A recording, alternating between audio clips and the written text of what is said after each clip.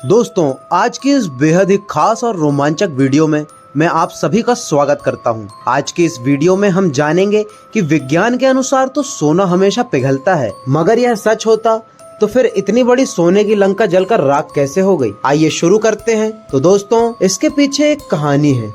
एक बार माता पार्वती ने महसूस किया कि महादेव तो देवों के भी देव हैं। सारे देव तो सुंदर महलों में रहते हैं, लेकिन देवाधिदेव शमशान में ही क्यों? इससे तो देव की प्रतिष्ठा भी बिगड़ती है। उन्होंने महादेव से हट किया कि आपको भी महल में रहना चाहिए। आपका महल तो इंद्र के महल से भी उत्तम और भव्य होना चाहिए। उन्होंने जिद पकड़ ली कि अब ऐसा महल चाहिए जो तीनों लोकों में कहीं ना हो। महादेव ने समझाया कि हम तो ठहरे योगी, महल में तो चैन ही नहीं पड़ेगी। महल में रहने के बड़े नियम विधान होते हैं। मस्त मौला औघड़ों के लिए महल उचित नहीं है। परंतु देवी का वह तर्क अपनी जगह पर कायम था कि देव यदि महल में रहते हैं तो महादेव भी महल में ही रहेंगे। महादेव को झुकना पड़ा। उन्होंने विश्वकर्मा जी को बुलाया। उन्हें ऐसा महल बनाने को कहा जिसकी सुंदरता की बराबरी का महल त्रिभुवन में कहीं न हो।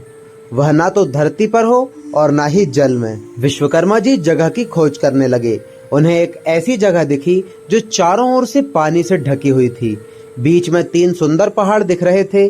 उस पहाड़ पर तरह तरह के फूल और वनस्पति थे। यह लंका थी। विश्वकर्मा जी ने माता पार्वती को उसके बारे में बताया तो माता बेहद ही प्रसन्न हो गईं। विश्वकर्मा जी ने अपनी कला का परिचय देते हुए वहां सोने की अद्भुत नगरी ही बना दी। माता ने गृह प्रवेश का मुहूर्त निकलवाया। विश्रवा ऋषि को आचार्य नियुक्त किया गया। सभी देवताओं और ऋषियों को निमंत्रण मिला। जिसने भी महल देखा वह उसकी प्रशंसा करते नहीं थका। गृह प्रवेश के बाद महादेव ने आचार्य से दक्षिणा मांगने को कहा। महादेव की माया से विश्रवा का मन उस नगरी पर ललचा गया था, इसलिए उन्होंने महादेव से दक्षिणा के रूप में लंका ही मांग लिया। महादेव ने विश्रवा को लंकापुरी दान कर दी। माता पार्वती को विश्रवा की इस धृष्टता पर बड़ा ही क्रोध आया। उन्होंने क्रोध में आकर श्राप दे दिया कि तूने महादेव की सरलता का लाभ उठाकर मेरे प्रिय महल को हड़प लिया है। मेरे मन में क्रोध की अग्नि धधक रही है।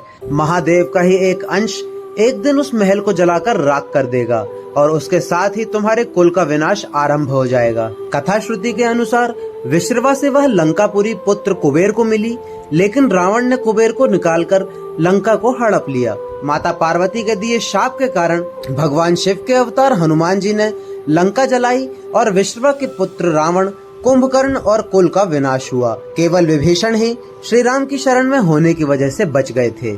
तो दोस्तों, यह था कारण कि आज के समय में यदि हम सोने को जलाएं तो वह पिघल जाता है, लेकिन उस वक्त पूरी सोने की लंका जलकर राख हो गई थी, जिसका कारण आपने देखा कि माता पार्वती का दिया हुआ श्राप था।